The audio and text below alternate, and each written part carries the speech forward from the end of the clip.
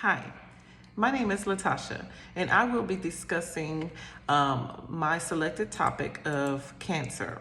I've titled this presentation, The Cancer, um, because one might want to know what cancer is, and so I will be able to share that with you today. So, what is cancer? Cancer is a disease in which abnormal cells multiply and travel throughout the body, destroying body tissue. There's not just one cancer, there are over 200 types.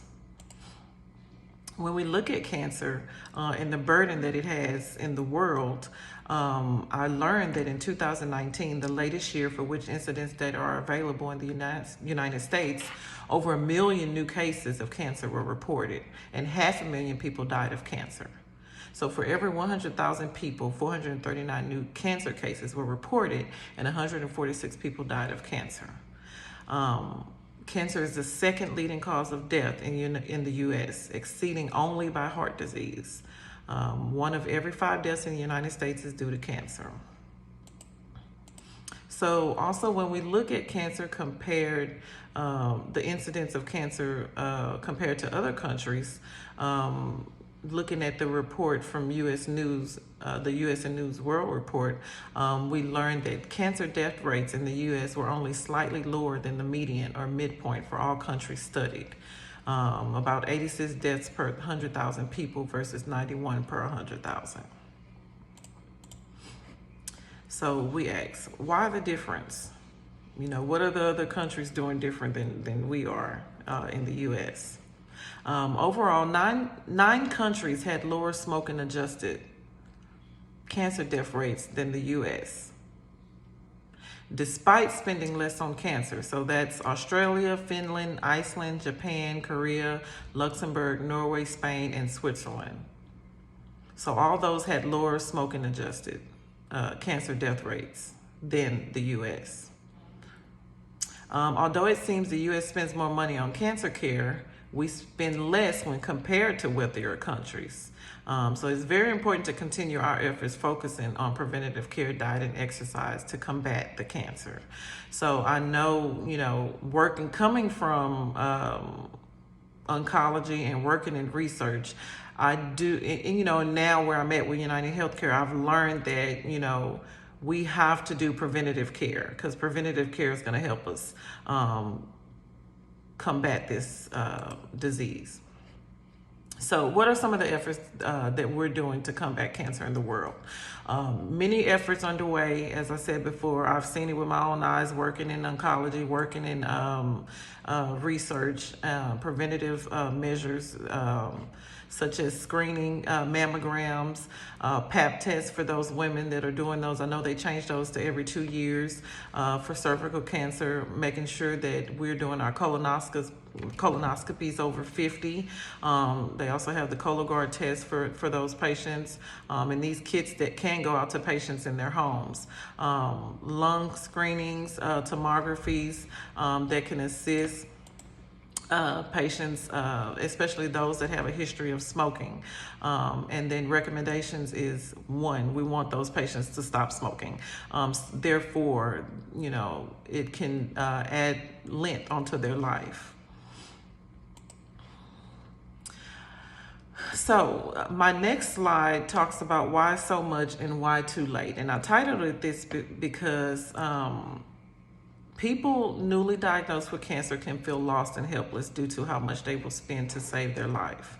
Although we cannot put a price on one's life, it is important to understand that the cost for treatment can include prescriptions, medical care, emergency, and hospital stays. All this can rack up costs for a patient. And just keep in mind that once they're newly diagnosed, they're dealing with the information, they're trying to process that, and then also what happens next. The economic burden to people with cancer is more than out-of-pocket costs. It also includes the time spent receiving medical care that could have been spent on a person's normal everyday activities. This part of the economic burden of cancer is called time costs. Studies have shown that catching cancer in its early stage can potentially save one's life. However, if a patient is not getting preventative care and or screenings, a diagnosis of cancer can come as a surprise. And when that diagnosis come, we pray that it's not the last stage. For instance, stage 4, where the cancer has spread to other parts of the body. And therefore, the cost of that can be crazy for a patient with receiving that type of news. And or planning. End of life planning in itself is a bit much for one person. So we look at our challenges for dealing with this disease along with the success. So what are some of the challenges that are apparent as we combat cancer? For one, we know that financial costs for the treatment can be extreme.